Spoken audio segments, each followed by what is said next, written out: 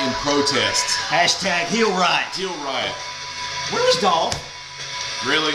Really creative? Really? He was on Superstars this week. That makes a lot of sense. You know, we didn't get to listen to it on the show, so just soak it in. And since you didn't get to see it, guess what I'm going to do? Go ahead, one time. Oh! I'm over it. Not really, but I mean, look, there's a storm brewing outside for this mess. It's such protest. The golf gods are mad because Dolph wasn't on the show. We're unhappy. I'm not happy. I mean, I'm happy about other stuff. It was an up and down Raw, but it was good. A lot of highs, a lot of lows. It was much better. Much better. Yep. Like I said, just took us some. I mean, I don't understand some things, but it was a better product they gave us this week than the past few weeks. At least in the past few weeks, you've had the great opening segment. And which you had this week, but the past few weeks it fizzled out. Yeah, this week kept the momentum going. It was good. Yeah, let's right into it though. Brock come out. Yeah. John Laurinaitis and Triple H's music come out. Yeah, basically the back and forth was, no, I'm going to override Laurinaitis' decision, Brock. Mm-hmm. You're not going to get that increased contract. You're not going to get the limo, the jet, all that stuff. Turn around to tell Laurinaitis to shut it and caught the forearm in the back of the head from Brock. From Brock, and then Brock put that ridiculous armbar on him. It just, yeah. The whole thing just, I don't know, it seemed ridiculous to me. Well, I think the segment was fine. I think the segment was great. Yeah. I even think the armbar spot where to me it looked good. Yeah. The first time. What made it ridiculous was the fact that they kept showing it. They showed it, I think, 3 more times. Maybe that's what it was. And then you had the announcers kept referring to the crack. Listen for the crack. There's no crack. You can't hear Lawler, there's anything. no crack. What are you listening? He's hearing stuff now. It's time for him to go. It really is, especially when you've got him in.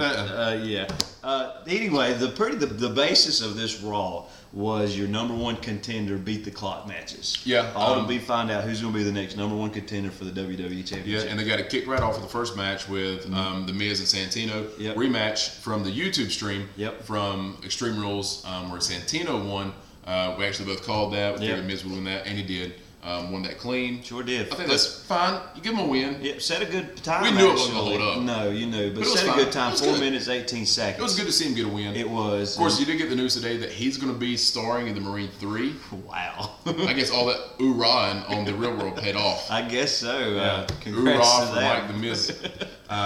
You know what? Maybe he'll be out for a few months doing that and come repackaged as maybe a face, because I'm still convinced he could be a really effective face. He really could. Yeah. We've talked about that before. Then you had That's your new catchphrase. How many times a week do you say that? I want a t-shirt. We've talked about this before. I'm going to buy you one. All right. The next match was your newly crowned Divas champion from Extreme Rules, Layla, I don't even call and that her a match. return. A triple threat against both Bella twins. It was basically a way to squash them and then say bye to their future endeavors. They're officially gone. Guys, you know what? We're actually going to miss you a little bit. Not your work, just the way you look. Yeah, just moving around. Anyway. Yeah. Bye, twin match. Congrats to them. Hopefully it's going to lead to a karma comeback. And it's the only thing that can help right now. It's the only thing that helps the Divas right now. Your next beat the clock match.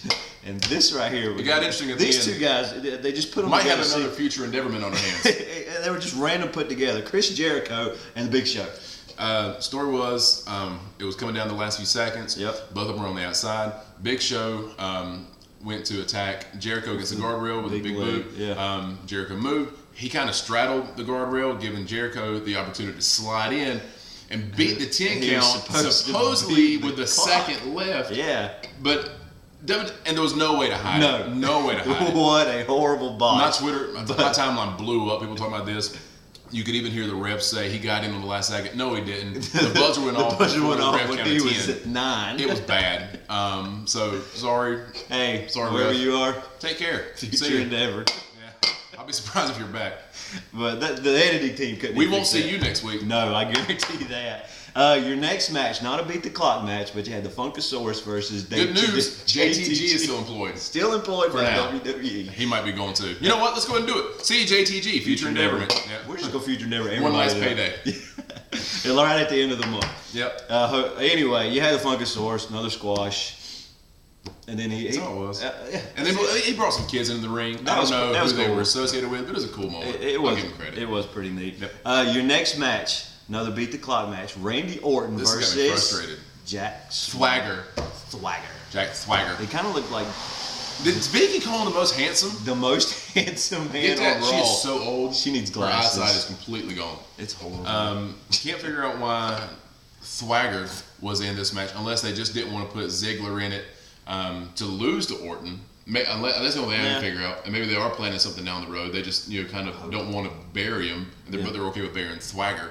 I'm just gonna keep doing that because it's fun. Which I'm okay with burying Swagger. It fits. I'm okay with burying Swagger. Yeah, but you had Randy Orton picking up the win there. Beat Miz's time by 2 seconds. So.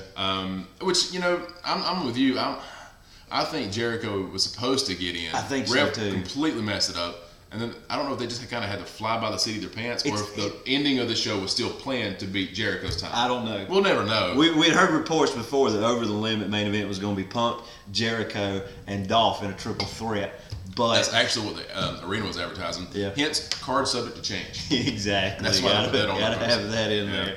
After that, you had a tag team match. New tag team champs. Wow. You got R-Truth and Kofi teaming up for the first time against Primo and Epico. Throw a team together, and because you guys are faces and fairly popular, relatively popular, you're going to win. Yep. New tag team champs. You know what, though? They still had a segment with Epico and Primo in the back with Abraham Washington. Yeah. I think they're still going to be around. I'm interested to see where they're going to go. I'm telling you Abraham, guys, they're underrated. Yes, they are. Primo is severely underrated. Oh my gosh. But them as a team, man. What Rosa brings to the table, especially at the live events. You know what? Forget live events. I'm sorry. House shows. Hashtag wrestling fan. Yeah. But it's just they're really good. And that's a team you can rebuild this tag team division around. They're that good. They really are. They really are. Their in-ring work is good. The chemistry is great. But because of that backstage segment, I think they're going to still be around. I think so too. Maybe a rematch at the pay-per-view. I hope so, just to keep them around. Yeah, it's a good. We'll get to see them live, to watch. And we'll get to that. Sweet. Then one of the best matches of the night. This is the greatest match of all time. Kane versus Khali. It's horrible. Why? Because it's getting big in India, and they want to push Khali. I don't care. Can we push him off a cliff? We're not in India. I'm not, and he's horrible in every way, shape, form, or fashion. Anyway, he did get the jobber entrance. He was dancing for like 5 minutes by himself. The sad part is this guy doesn't realize how bad he is. No, he doesn't. He really doesn't. I don't think he gets it. He doesn't get it. But anyway, this was actually a beat the clock match.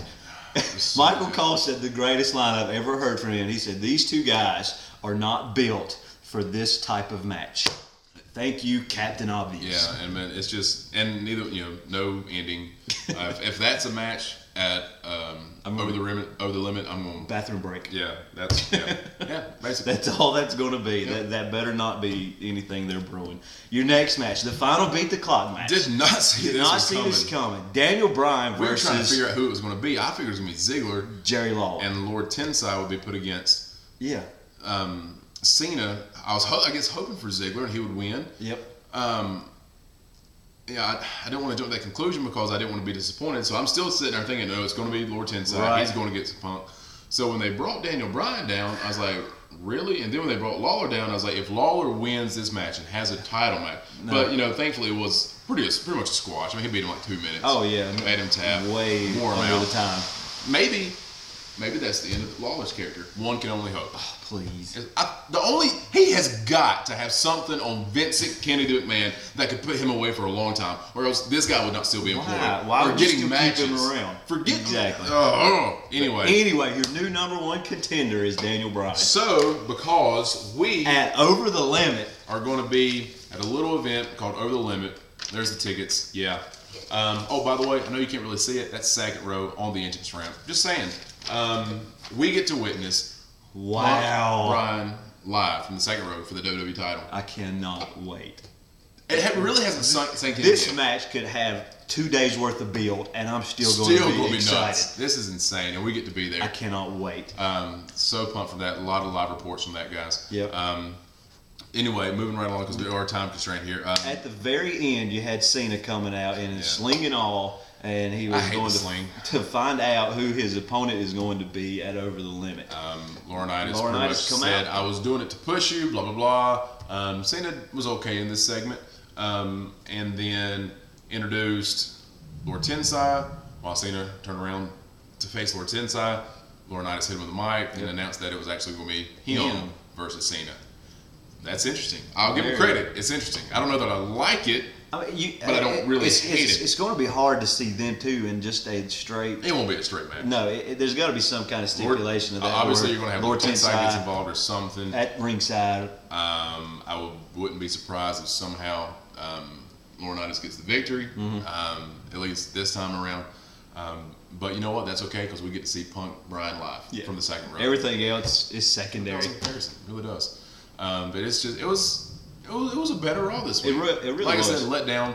I don't really care, but I know a lot of fans were let down by the fact that Zack Ryder wasn't on the show. Obviously, Dolph Ziggler wasn't on the show. Can't figure out that why.